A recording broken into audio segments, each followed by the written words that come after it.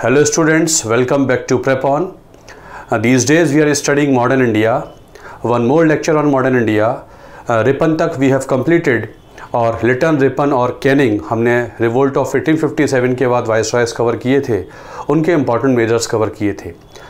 और रिपन के समय इल्बर्ट बिल कंट्रोवर्सी होती है जिसकी वजह से कांग्रेस का फॉर्मेशन हो जाता है और कांग्रेस के फॉर्मेशन से शुरू हो जाती है freedom struggle, that is count down to freedom. Cover करते हैं मॉडर्न इंडिया का सबसे important topic, that is freedom struggle right from 1885 to 1947. So there was formation of Indian National Congress, but before Congress certain pre-Congress organizations had been there. क्या कांग्रेस पहली संस्था थी? नहीं थी, उससे पहले कुछ और बॉडीज भी काम कर रही हैं। First such body that had been working in India was zamindari association by Dwarkanath Tagore, also called Land Holders Society. So the first body that came into being, political agitation के लिए जो पहली बॉडी बनी थी, that was Land Holder Society, founded by Dwarka Nath Tagore, the grandfather of Rabindranath Tagore. लेकिन ये ज़मींदारों के अधिकारों के लिए थी, कलकत्ता में बनी है ज़मींदारी एसोसिएशन, तो पहली बॉडी इसे मान लेते हैं जिसने पॉलिटिकल एजिटेशन शुरू किया है। उधर भारत के बाहर दादा भाई नौरोजी भी एजिटेट कर रहे हैं और लंदन में बनाते हैं East India Association. Dada Bhai Nauroji had been working outside India and he had founded East India Association in London in 1866. He had been agitating over there. England में लोगों का सपोर्ट प्राप्त करने के लिए, भारतीयों की बात इंग्लैंड तक पहुंचाने के लिए वहां एक संस्था चलाते हैं Dadabhai Naoroji. That was 1866। 1870 में बनती है पूना सार्वजनिक सभा, Mahadev Govind Ranade and G.V. Joshi had founded Poona सार्वजनिक सभा। इसका नाम तो पूना सार्वजनिक सभा है, ये आम जनता के लिए काम कर रही है, बट ये रीजनल बॉडी है, अब ये ऑल इंडिया रूप नहीं ले पाई है। इसी सिस्टम को आगे बढ़ाया और 1876 में बनती है Indian association by Surendranath Banerjee along with Anand Mohan Bose.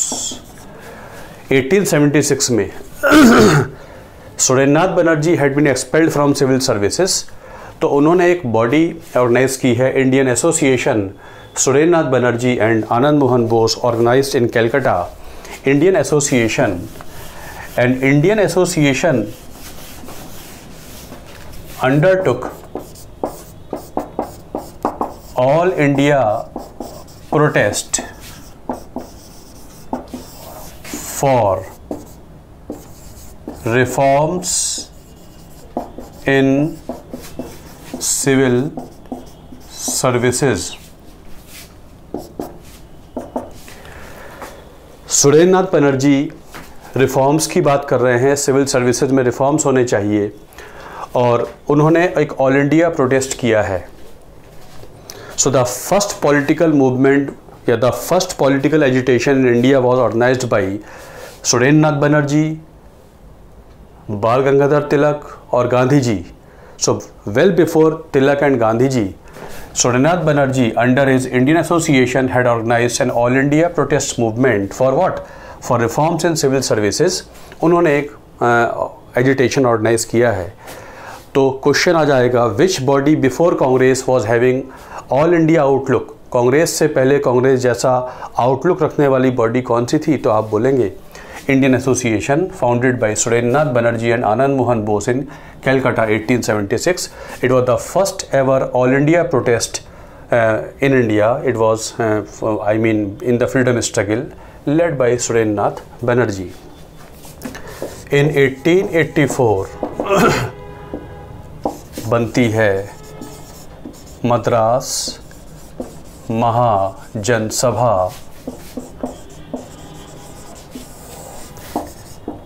Ji Subramaniam Iyer and others. ये वही लोग थे जिन्होंने अखबार शुरू किया था हिंदू इन 1878, जो हिंदू अखबार निकाला करते थे। उन्हीं की एक ये बॉडी थी मद्रास महाजन सभा, बनी है 1884 में। इससे पहले 1878 में निकाल चुके हैं अखबार द हिंदू, वही लोग आगे चल के बनाते हैं मद्रास महाजन सभा। तो ये वो बॉडीज़ हैं जो कांग्रेस से पहले काम कर रही हैं और फिर बन जाती है Indian national Congress. So came into being Indian national Congress, तो बनती है Indian national Congress. Madras Mahajan Sabha, G Subramaniam and others founded Madras Mahajan Sabha, the same people who earlier had started the newspaper Hindu, hence was founded Indian National Congress.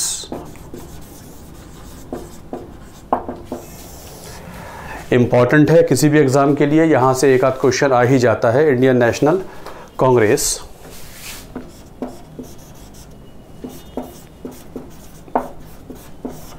Who suggested the word Congress? आपका answer होगा Dadabhai Naoroji. The word Congress had been taken from which system? American system, वहाँ की parliament कहलाती है कांग्रेस। कांग्रेस का मतलब होता है assembly of people. The word Congress means assembly of people. कौन माने होता है साथ, ग्रेस माने होता है मूवमेंट, साथ चलना। कांग्रेस असेंबली ऑफ पीपल है ना। कांग्रेस रिग्रेस पीछे जाना, प्रोग्रेस आगे जाना, डाइग्रेस स्ट्रे कर जाना, साइड में चले जाना। तो ग्रेस इज मूवमेंट, कौन माने to, move together. Congress American parliament कहलाती है कांग्रेस। तो वहाँ से दादा भाई नौरोजी ने शब्द लिया था कांग्रेस। इट वॉज, ये इंपॉर्टेंट सैलिएंट पॉइंट्स हैं, याद रखेंगे आप। It was founded by A O. Hume. A O. Hume ने इसको फाउंड किया था as Indian national union. Hume ने नाम रखा था इसका नाम यूनियन, जिसको दादा भाई ने नाम रख दिया था कांग्रेस। तो it was founded by a British called A O. Hume, ex civil servant. उसने सारी ज़िंदगी भारत में ही काम किया है and he was in the forefront of this Indian national Congress. He was the founder. So founder was not an Indian, it was a British.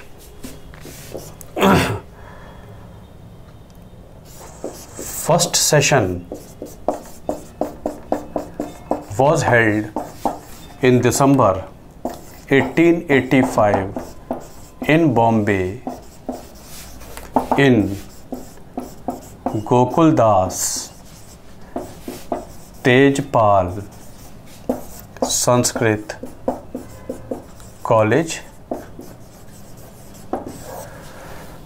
First session Poona में होना है, लेकिन पूना में एपिडेमिक फैला है, बीमारी फैली है, तो सेशन शिफ्ट हो गया था बॉम्बे। पहला सेशन पूना में होना था, the session was shifted to Bombay. So in the last week of December in Bombay, Gokuldas Tejpal Sanskrit college में असेंबल होते हैं 72 delegates and this way Congress was started.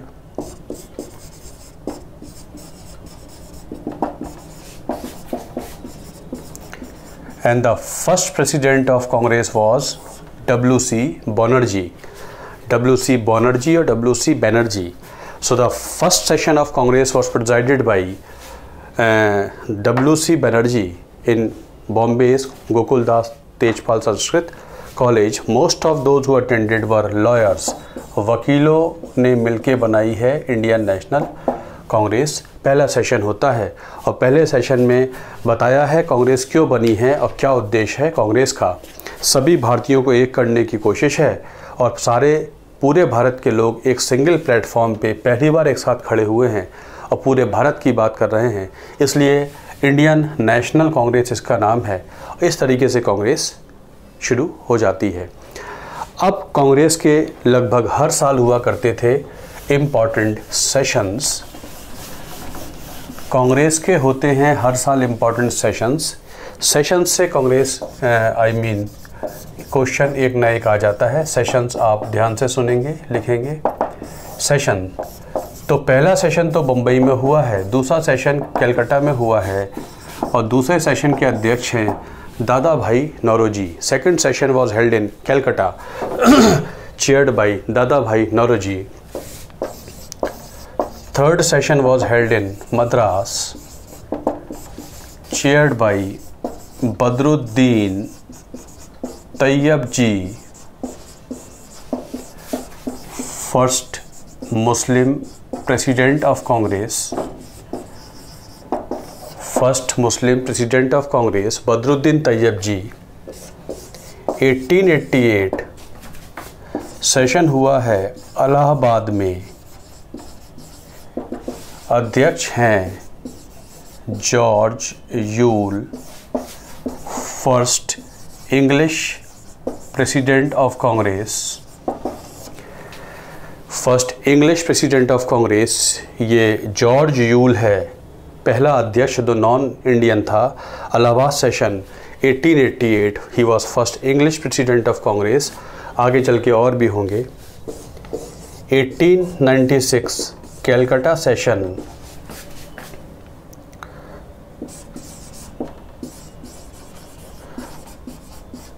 रहीमतुल्लाह सयानी इतना इम्पोर्टेंट नहीं है, लेकिन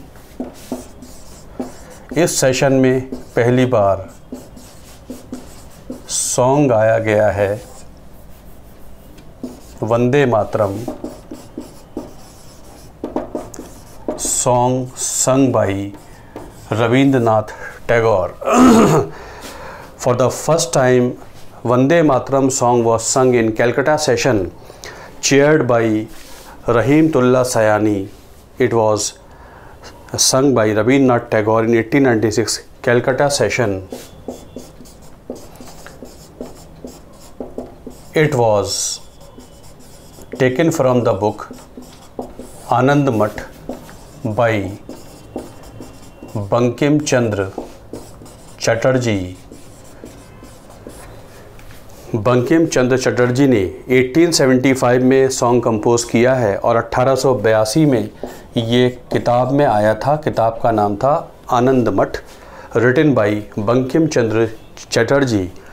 और सॉन्ग काफ़ी पहले लिखा गया था। बुक पब्लिश होती है आनंद मठ और कांग्रेस के सेशन में पहली बार गाया गया है वंदे मातरम। कलकत्ता सेशन 1896। रहीमतुल्लाह सयानी अध्यक्ष हैं, संग बाई रविंद्रनाथ टैगोर।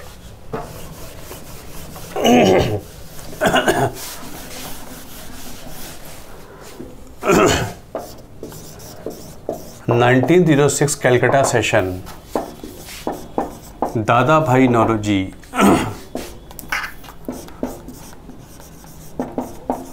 कलकत्ता सेशन है।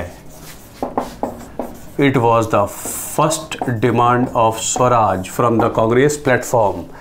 पहली बार कांग्रेस प्लेटफॉर्म से अगर स्वराज मांगा गया था तो वो 1906 में कलकत्ता सेशन से था। दादा भाई नौरोजी अध्यक्ष हैं और फॉर्मली उन्होंने स्वराज मांगा है। Give us the swaraj which you have given to the colonies of America and Canada and Australia को, जो आपने दिया है ऑस्ट्रेलिया कनाडा का, ऐसा स्वराज चाहिए। तो पहली डिमांड कांग्रेस की तरफ से जो मांगी गई है वो 1906 का कलकत्ता सेशन है। Dadabhai Naoroji was the first who demanded swaraj. Formal demand was this from Calcutta session इस दादा भाई नौरोजी। इस समय चल रहा है एंटी पार्टीशन मूवमेंट और स्वदेशी मूवमेंट, बंगाल विभाजन हो चुका है, पार्टीशन ऑफ बंगाल का जो मूवमेंट चल रहा है उसी के दौरान हुआ था ये कलकत्ता में session. Dadabhai Naoroji was president of this particular session. 1911 में कलकत्ता से, इसके बीच में सूरत सेशन होगा 1907 में, वो हम अलग से ले लेंगे। 1911 कलकत्ता सेशन हुआ है। यहाँ पर सॉन्ग इसी साल कंपोज किया गया है, जन गण मन।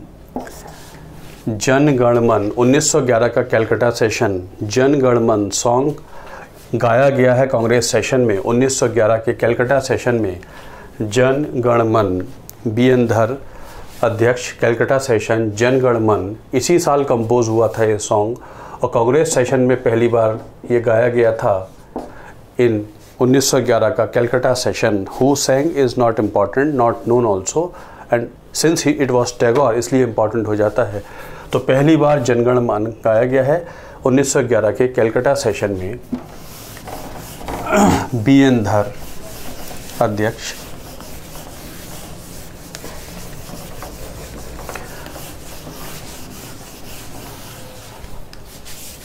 1917 का Calcutta session,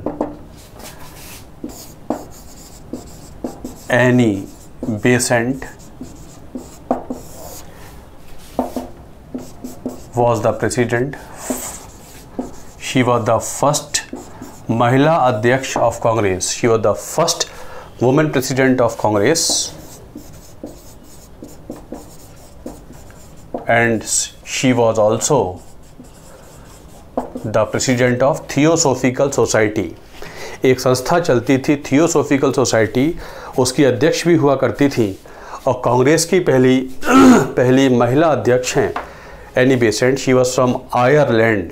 she came to India and she became member of Theosophical Society. It was not founded by her. It was earlier founded by Madam Blavatsky and Colonel Olcott. Theosophical Society was founded by Madam Blavatsky and colonel Olcott. New York में बनी थी ये body, फिर India आ गई है। तो by the way यहीं add कर दिया मैंने। It was founded by Blavatsky, a Russian lady and American citizen, colonel Olcott. It came to India, India आ जाती है और 1880s के आसपास, और इसमें इंडिया में ज्वाइन कर लेती हैं Annie Besant, and she she became member and she then became part of Indian system, and she also became part of Indian National Congress in 1914 and became the first woman president. 1914 का Belgaum session, Karnataka का बेलगाम, the only session of which Gandhi ji was president was this one, Belgaum session. आगे पढ़ेंगे तो देखेंगे कि 1923 में बन गई है स्वराज पार्टी। ऐसा लग रहा है कि कांग्रेस में टूट हो गई है, बिखर गई है कांग्रेस। स्वराज पार्टी बन गई थी। इलेक्शन हम नॉन कोऑपरेशन मूवमेंट के बाद देखेंगे। तो कांग्रेस एक बॉडी है, स्वराज पार्टी कांग्रेस से अलग नहीं है। ये जेस्चर देने के लिए गांधी जी प्रिजाइडेड 1924 का Belgaum session, the only session presided by Gandhi ji was Belgaum session 1924। 1925 session हुआ है कानपुर में और इसको प्रिजाइड किया था सरोजिनी नायडू ने। 1925 का सेशन है Kanpur, Sarojini Naidu was president. Kanpur was centre of labour movement, also called Manchester of east.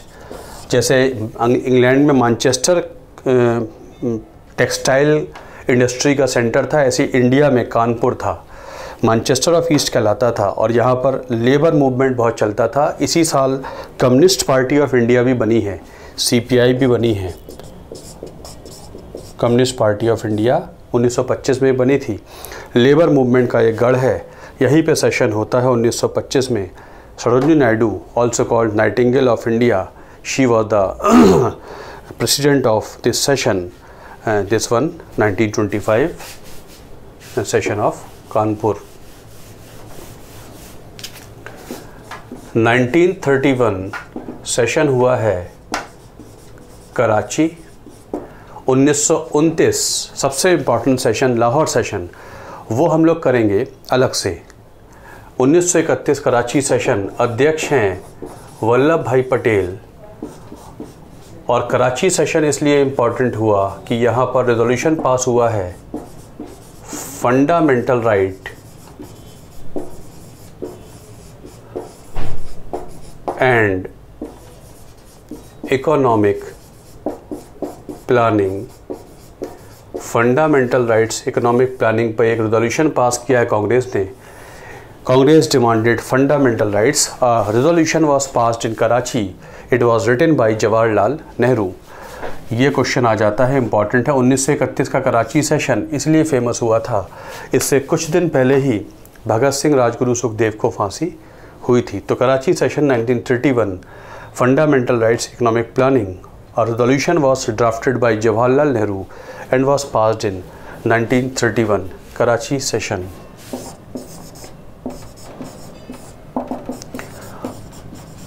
Ramgarh उस समय बिहार में था, आज झारखंड में है. Ramgarh session was chaired by Abul Kalam Azad. 1938 और 39 में सुभाष चंद्र बोस, अलग से ले लेंगे. 1940 Ramgarh session, Abul Kalam Azad became president and he remained longest serving president of Congress. क्योंकि इसके बाद वर्ल्ड वॉर का समय शुरू हो जाएगा, कांग्रेस क्विट इंडिया मूवमेंट शुरू कर देगी, तो फिर कांग्रेस बैन है, सब लीडर्स जेल में हैं, तो 1945 तक कोई सेशन नहीं हो पाएगा. इसलिए by this particular thing he remained longest serving president of Congress and he also was the youngest president of Congress. 1923 में ये एक्टिंग प्रेसिडेंट बने थे कांग्रेस के, तो इसलिए इनको यंगेस्ट प्रेसिडेंट भी माना जाता है इंडियन नेशनल कांग्रेस का. और longest serving president Abul Kalam आज़ाद 1940. और at the time of independence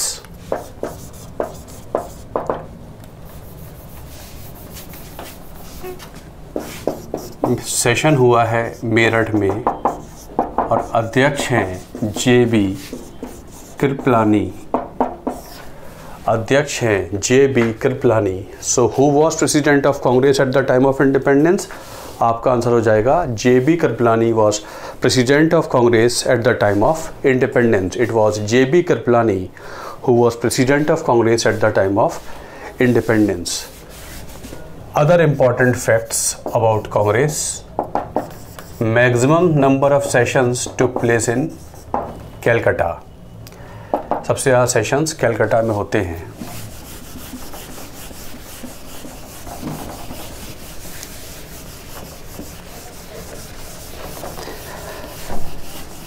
Maximum number of sessions took place in Calcutta.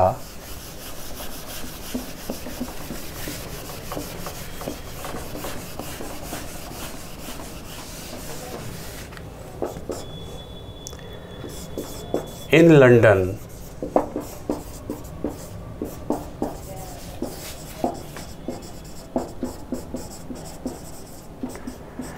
क्या कांग्रेस भारत के बाहर से भी काम करती थी?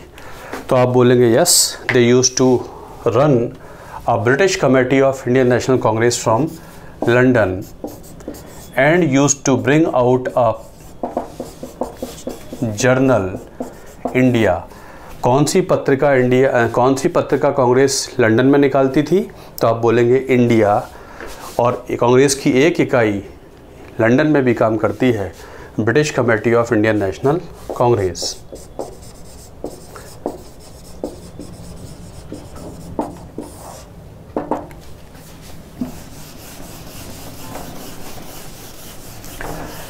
कांग्रेस के बारे में दो इम्पॉर्टेंट स्टेटमेंट्स. एक तो दिया है वायसरॉय डफरिन ने, जो रिपन के बाद आया है. जस्ट आफ्टर रिपन, इसका मतलब Congress was formed in the time of Dufferin के समय कांग्रेस बनी है 1885 में। डफरिन ने बोला है Congress is a microscopic minority. Congress जो जो डिमांड कर रही है वो हमारे लिए मानना ज़रूरी नहीं है, क्योंकि कांग्रेस पूरे भारत को रिप्रेजेंट नहीं करती। Congress is a microscopic minority, they do not represent all the Indians, so we are not bound to accept their demands. तो उसने बोला है कांग्रेस तो है, ये कांग्रेस के बारे में है। 2 इम्पॉर्टेंट स्टेटमेंट्स अबाउट कांग्रेस। ये कहता है Congress is a microscopic minority, Dufferin जिसके समय में बनी थी कांग्रेस। और आगे चल के आएगा एक कर्जन 1899 से 1905 जिसने किया था बंगाल का विभाजन। ये बोलेगा Congress is tottering to its fall and one of my aims is to give it a peaceful demise। टॉटर माने होता है लड़खड़ाना, कांग्रेस गिरने के लिए लड़खड़ा रही है। And one of my ambitions in India is to give it a peaceful demise, और मेरा एक उद्देश्य भारत में इसकी मृत्यु देखना है, इसको मैं दफना दूंगा, ऐसा बोलता है। Congress is tottering to its fall and one of my ambitions in India is to give it a peaceful demise. और यही सोचते हुए, क्योंकि उसने कांग्रेस को ख़त्म करना चाहा है, उसने किया है पार्टीशन ऑफ बंगाल, क्योंकि बंगाल ही सेंटर है फ्रीडम स्ट्रगल का। इस विचार के साथ उसने बंगाल विभाजन किया था। ये कुछ इम्पॉर्टेंट फैक्ट्स हैं कांग्रेस के बारे में, इम्पॉर्टेंट पॉइंट्स हैं, सेलिएंट पॉइंट्स हैं कांग्रेस के बारे में about Indian national Congress. Now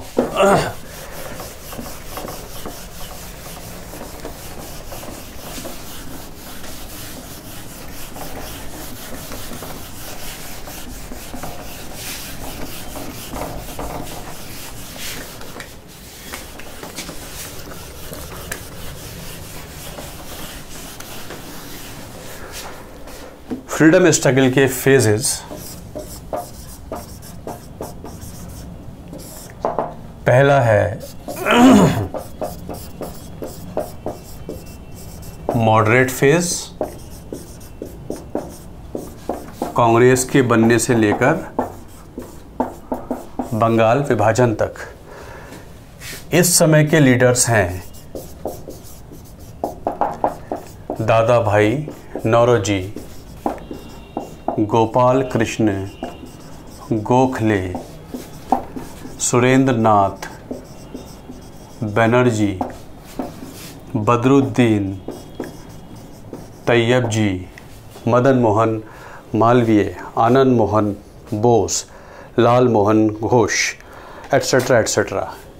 ये कहलाते हैं मॉडरेट्स, क्योंकि इनकी डिमांड और इनके मेथड्स बहुत मॉडरेट हैं, चैलेंजिंग नहीं है, अंग्रेज़ों के लिए डेंजरस नहीं है।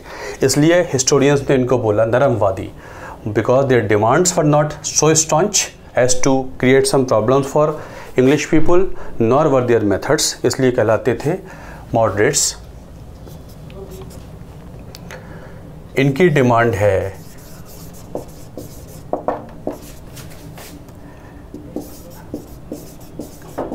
ग्रेजुअल स्वराज। इन्होंने स्ट्रेट अवे इंडिपेंडेंस नहीं मांगी है, लेकिन ग्रेजुअली हमको सत्ता के साथ जोड़ते जाइए, काउंसिल्स में लेते जाइए एंड फाइनली हमको मिलना चाहिए स्वराज। तो इनकी डिमांड बिल्कुल अभी एकदम कंप्लीट इंडिपेंडेंस की बात नहीं कर रहे हैं। डिमांड इनकी कुछ ऐसी है। इनके मेथड्स कहलाते हैं कॉन्स्टिट्यूशनल एजिटेशन। ये कहते हैं हम एजिटेट तो करेंगे लेकिन कानून के दायरे में करेंगे। ये तिलक या गांधी जी जैसे प्रोटेस्ट मूवमेंट की बात नहीं करते हैं, कानून तोड़ने की बात नहीं करते हैं। Basically they followed politics of prayers and petitions. अगर हम सरकार को सही बात लिख के एप्लीकेशन के तौर पे दे देंगे और बातचीत से बात मनवाई जा सकती है। इसलिए इन्होंने कोई बहुत ज़्यादा प्रोटेस्ट मूवमेंट हो, आंदोलन किए हो, ऐसा नहीं है। ये वेल एजुकेटेड पीपल हैं and they wanted to go for dialogue with the British on the plea कि अगर हम सही बात पहुंचाएंगे, अगर हम इंग्लैंड के सरकार को सही बात पहुंचाएंगे, हमारी बात मानी जाएगी। इसलिए इनकी मेथड्स कहलाते हैं politics of prayers and petitions और कॉन्स्टिट्यूशनल एजिटेशन। 20 साल तक कांग्रेस को ये संभालते रहेंगे और अचीवमेंट के तौर पे पास करवा पाए हैं इंडियन काउंसिल्स एक्ट 1892। एक 1861 वाला बताया था मैंने आपको, ये दूसरा है 1892 का, जिसमें कुछ इंडियंस का इनडायरेक्ट नॉमिनेशन होने लगा है MP MLA के तौर पे। तो इसमें थोड़ा बहुत फ़ायदा हुआ है कि ये लोग ये कह रहे हैं नो टैक्सेशन विदाउट रिप्रेजेंटेशन। जो अमेरिकन वॉर ऑफ इंडिपेंडेंस में था कि अगर हमको रिप्रेजेंट नहीं होने देंगे तो हम टैक्स भी नहीं देंगे, ये इसी लॉजिक पे काम कर रहे हैं कि हमको रिप्रेजेंट करिए। ये अमेरिकन वॉर ऑफ इंडिपेंडेंस में नारा दिया गया था, नो टैक्सेशन विदाउट रिप्रेजेंटेशन। तो ऐसा ही कुछ विचार पे तो ये कह रहे हैं हमको काउंसिल्स में MP बनाइए। तो कुछ भारतीयों को नॉमिनेट, इनडायरेक्ट इलेक्शन शुरू हो गया है, नॉमिनेट होने लगे हैं। काउंसिल तक भारतीयों की भारतीय काउंसिल में अपनी बात कह सकते हैं। कुछ लोग MP बनने लगे हैं। Indian councils act 1892। वैसे देखा जाए तो मॉडरेट्स ने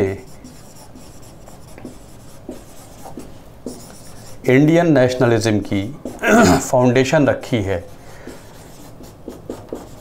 दे laid the foundation of Indian nationalism. ये जो मैंने आपको बताया है ये आपकी समझ के लिए बताया है, इससे आपके एग्ज़ाम में कोई क्वेश्चन आ जाए ऐसा मुश्किल है। फिर भी 20 साल तक बहुत सिंपल तरीके से कांग्रेस चलेगी और आधार बन जाएगा। इसी आधार का इस्तेमाल आने वाली generations in the form of Tilak and others करेंगे। तो पहला फेज़ कोई बहुत बड़ा ज़्यादा इवेंट नहीं होते हैं, लेकिन डायलॉग बातचीत होती रहती है और आधार तय हो जाता है। वो उद्देश्य बता देते हैं ये, जिनको समझकर गांधी जी और तिलक लड़ेंगे। तो आधार तय कर देंगे। बहुत ज़्यादा कोई प्रोटेस्ट मूवमेंट वगैरह नहीं हो पाया है, इसलिए मॉडरेट्स कहलाते थे। पहले 20 साल कुछ शांति से बात चलेगी। ऐसे में ही अंग्रेज़ों की तरफ से ऐसे एक्शंस होते रहेंगे जिससे हालात बिगड़ते रहेंगे। और जब ऐसा होने लगता है तो सेकंड फेज़ शुरू हो जाता है, कहलाता है एक्सट्रीमिस्ट फेज़, गरम दल। और गरम दल तब हरकत में आ जाएगा जब कर्जन ने किया है पार्टीशन ऑफ बंगाल। और इनके लीडर्स हैं बाल गंगाधर तिलक, लाला लाजपत राय, बिपिन चंद्र पाल, अरविंद घोष। लाल बाल पाल लाल बाल पाल एंड घोष, ये चारों इंपॉर्टेंट लीडर्स हैं। सबसे इंपॉर्टेंट बाल गंगाधर तिलक, लाजपत राय, तिलक ज़्यादा इंपॉर्टेंट हैं। इनका डिमांड है कि हमारा स्वराज तुरंत हो और कंप्लीट हो, अंग्रेज़ी क्राउन के अंदर नहीं। हमारा स्वराज थोड़ा सा अलग है और हमारे मेथड्स भी अलग हैं। हमको करने हैं all India protest with mass support. जब तक जनता का सपोर्ट नहीं लेंगे तब तक कोई आंदोलन सक्सेसफुल होने वाला नहीं है। मॉडरेट्स कहते हैं बातचीत से बात बन जाएगी। जनता के लिए बेहतर क्या है ये हम बेहतर जानते हैं। तिलक का कहना है जो रियल स्टेक होल्डर्स हैं इनको शामिल नहीं करेंगे तो कोई फ्रीडम स्ट्रगल सक्सेसफुल नहीं हो पाएगी। इसलिए first mass leader in the freedom struggle was बाल गंगाधर तिलक। मास सपोर्ट, जनता को आगे लाओ, जनता के साथ काम करें। इसलिए और वो भी पूरे भारत में करेंगे। बंगाल विभाजन बंगाल का इशू नहीं है, पूरे भारत का इशू है। इसलिए ऑल इंडिया प्रोटेस्ट मूवमेंट होंगे विद मास सपोर्ट। इनके मेथड कुछ अलग हैं। ये तब ग्रेजुअली आगे आ जाएंगे जब कर्जन ने कर दिया है पार्टीशन ऑफ बंगाल। तो पार्टीशन ऑफ बंगाल से लेकर 1918 तक चलता है ये एक्सट्रीमिस्ट फेज, और यहीं से फिर फ्रीडम स्ट्रगल अपने मास मूवमेंट के दौर में आ जाती है। और 1918 में गांधी जी टेक ओवर, तो थर्ड फेज गांधीयन फेज शुरू हो जाता है। तो सेकंड फेज ज़्यादा इम्पॉर्टेंट, पहले फेज में तो अनइवेंटफुल रहा, बातचीत ज़्यादा हुई, यहाँ पर अब एक्शंस होने लगते हैं।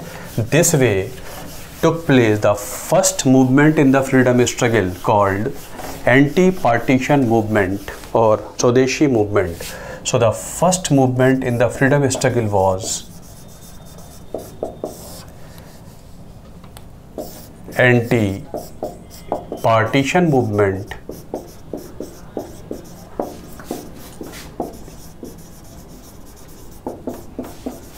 (1905 से 1908) also called Swadeshi movement, also called Swadeshi and boycott movement, popularly called Swadeshi movement. क्यों स्टार्ट हुआ एंटी पार्टीशन मूवमेंट?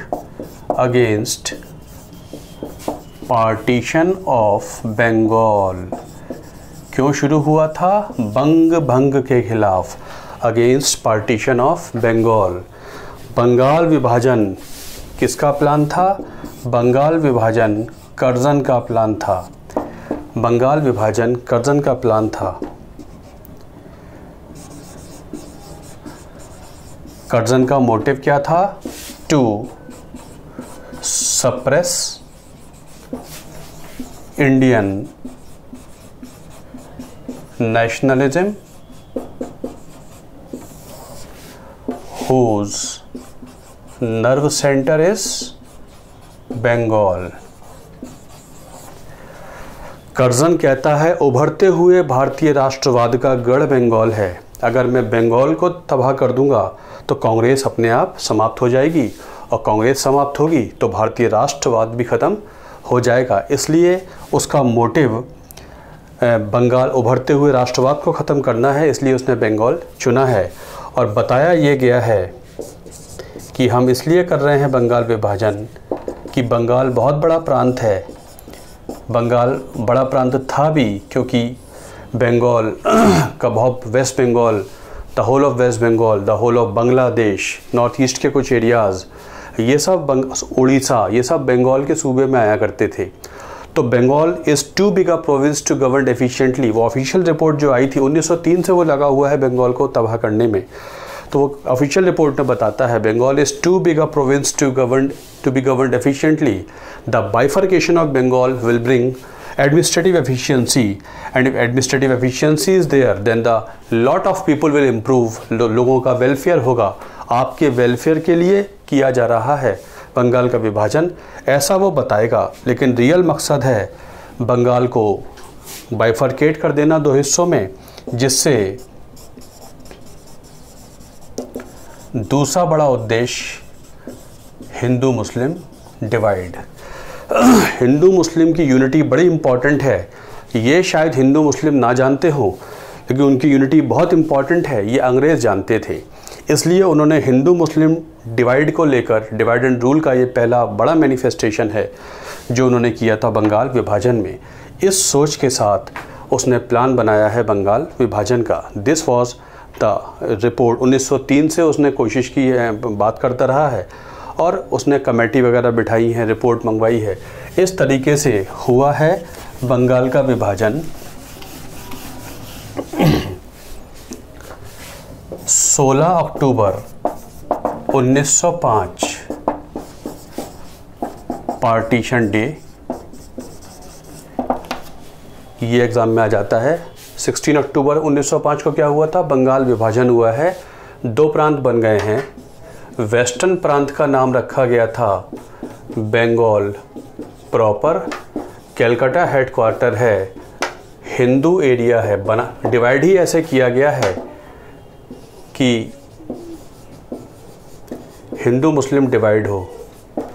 और ईस्टर्न प्रांत का नाम था east Bengal and Assam. Dhaka headquarter है और मुस्लिम डोमिनेटेड बंगाल को उसने ईस्ट बंगाल एंड आसाम बोला है और मुस्लिम्स को बताया है कि आपको एक ऐसा प्रांत दिया जा रहा है जहां मुस्लिम्स मेजॉरिटी में हैं, और क्योंकि मुस्लिम्स मेजॉरिटी में होंगे तो काउंसिल्स की सारी सीटें मुस्लिम्स के पास होंगी। जितना डेवलपमेंट हमने इंडिया में किया है उसका बेनिफिट मुस्लिम्स के पास चला जाएगा। यूनाइटेड बंगाल में तो सारी पोजीशंस अदर कम्युनिटी के लोग ले जाते हैं, सारे ओहदे उनके पास हैं, सारे बिजनेसेस उनके पास हैं। आपको प्रांत देंगे, जब आप ज़्यादा होंगे तो काउंसिल की सीटें भी आपके पास होंगी, शिक्षा का बेनिफिट भी आपको मिलेगा, बिजनेसेस भी आपके पास होंगे, ट्रेड भी आपके पास होगा। इस तरीके से डिवाइड किया है उन्होंने और 2 प्रांत बन गए हैं। कभी कभी पूछ लेते हैं वेस्ट बंगाल नाम नहीं था, Bengal proper. Calcutta headquarter Hindu dominated, east Bengal and Assam eastern प्रांत था, Dhaka capital Muslim dominated. 16 October को 2 बंगाल एग्जिस्ट करने लगे हैं, जिसके अगेंस्ट शुरू हो गया है एंटी पार्टीशन मूवमेंट और पूरे भारत में स्वदेशी का डेवलपमेंट शुरू हो गया है। बंगाल विभाजन को अपोज करने के लिए बायकॉट करना चाहिए, ये कॉल दी गई है। जब तक हम अंग्रेज़ों का बायकॉट नहीं करेंगे तब तक बात नहीं बनेगी, इसलिए बायकॉट हुआ है। और जब बायकॉट करेंगे तो हमको डेवलप करना पड़ेगा स्वदेशी को डेवलप करो और विदेशी का करो बायकॉट। इसलिए इसका एक नाम स्वदेशी और बायकॉट मूवमेंट भी हुआ करता है। और स्वदेशी डेवलपमेंट पहली बार भारत में शुरू हुआ। अंग्रेज़ों का सामान, उनकी शिक्षा, उनके कोर्स, सब कुछ बहिष्कार करना शुरू करो और शुरू हो गया है काम स्वदेशी पर पहली बार। इस तरीके से स्वदेशी शिक्षा के तहत बना है बंगाल नेशनल कॉलेज कलकत्ता में। बंगाल नेशनल कॉलेज कलकत्ता में बनाया गया है।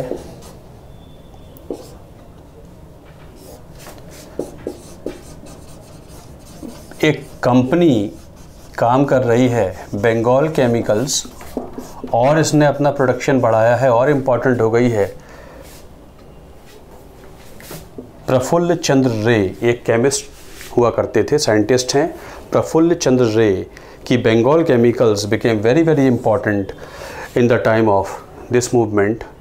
बंगाल केमिकल्स अभी लास्ट ईयर इसको गवर्नमेंट ने कुछ चेंजेस किए हैं इसमें, ये मेडिसिन बनाती है बंगाल केमिकल्स। प्रफुल्ल चंद्र रे ये साइंटिस्ट ऑफ इंडिया उन्होंने स्टार्ट कर चुके हैं Bengal chemicals. It became very very important in the time of partition of Bengal. कुछ इसी समय इसी थॉट के तहत आगे चलकर 1912 में शुरू हो जाएगी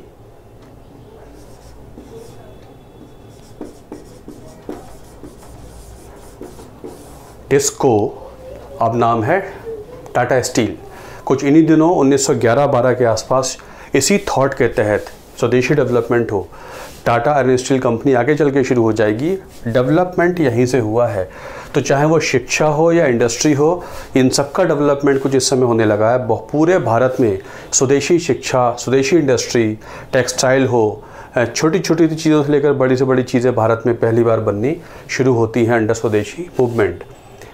और इसी समय रवींद्रनाथ टैगोर ने सॉन्ग कंपोज किया है अमर सोनार बंगला माई गोल्डन बंगाल, जो आगे चल के 1971 में बांग्लादेश का नेशनल एंथम बना लिया जाएगा। स्वदेशी मूवमेंट के समय Rabindranath Tagore had composed a song Amar Sonar Bangla my golden Bengal which was adopted by liberated East Pakistan Bangladesh as their national anthem, and Tagore became the only person in the world to have composed national anthems of two countries, India and Bangladesh। कुछ इन्हीं दिनों ये compose हुआ था और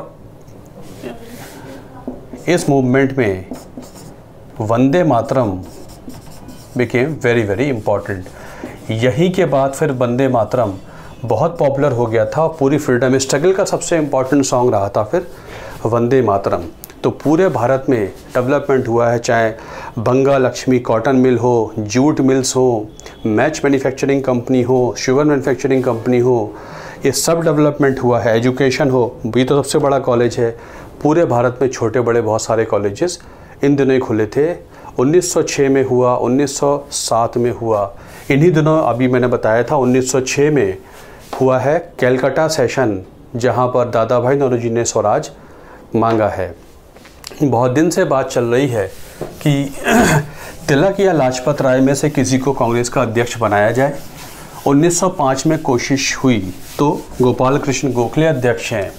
1906 में कोशिश हुई तो कॉम्प्रोमाइज़ के तौर पे सीनियर लीडर दादा भाई नौरोजी बना दिए गए और ये एश्योरेंस दी गई है कि आने वाले साल 1907 में ज़रूर तिलक और लाजपत राय के ग्रुप में से किसी को अध्यक्ष बनाया जाएगा।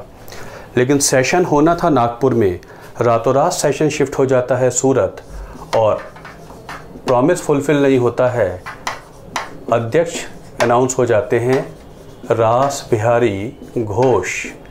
ये घोष हैं, एक रास बिहारी बोस भी हैं, INA के आइडियोलॉग है ना, वो बाद में देखेंगे। रास बिहारी घोष, तो Ras Bihari Ghosh moderate leader became president of Congress, neither Tilak nor Lajpat Rai could become.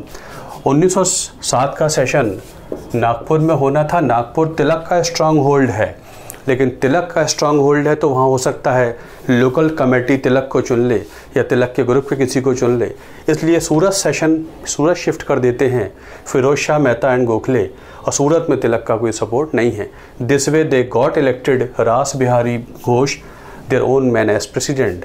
और इसको लेके फिर जो समर्थक हैं तिलक लाजपत राय के ग्रुप के, वो वॉयलेंस पे उतर आते हैं and there had taken place violence in the Congress session in Surat. इस वायलेंस की जिम्मेदारी फिर तिलक के ग्रुप पे पड़ती है और इसका रिजल्ट ये आता है कि हो जाती है सूरत स्प्लिट। इतना ज़्यादा बड़ा वायलेंस हो गया था कि ब्रिटिश पुलिस को बुलाना पड़ा था और कांग्रेस के सेशन को ब्रिटिश पुलिस कंट्रोल करे।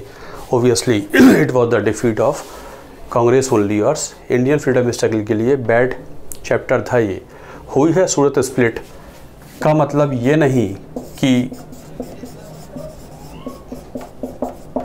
कांग्रेस दो हो गई हैं, कांग्रेस एक ही है, लेकिन तिलक और उनके ग्रुप जिन्हें एक्सट्रीमिस्ट कहते थे उनको कांग्रेस से निकाल दिया गया था। 1908 तक आते आते इनको कांग्रेस से निकाल दिया गया है।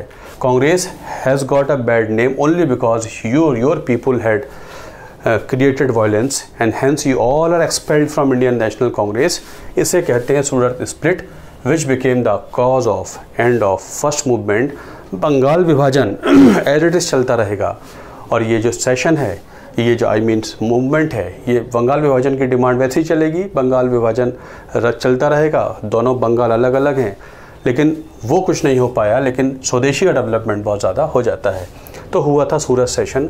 1908 तक आते आते मूवमेंट लगभग पेस्टर्ड आउट और एंडेड, कुछ ज़्यादा नहीं इसमें हो पा रहा था। इस मूवमेंट का सिग्निफिकेंस ये होता है कि ये तो पहला जन आंदोलन था फ्रीडम स्ट्रगल में जो बड़े स्तर पे हुआ था।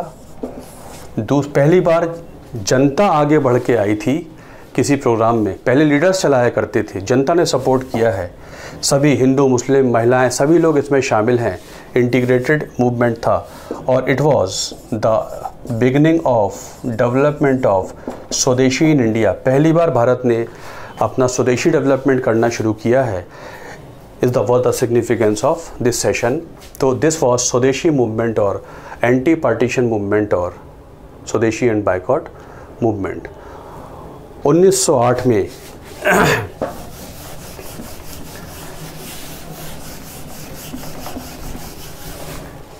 तिलक वगैरह कांग्रेस से बाहर निकाल दिए गए हैं और अब तिलक को 6 साल की जेल दे दी जाएगी और उसके बाद तिलक लौटेंगे तो शुरू करेंगे होम रूल मूवमेंट।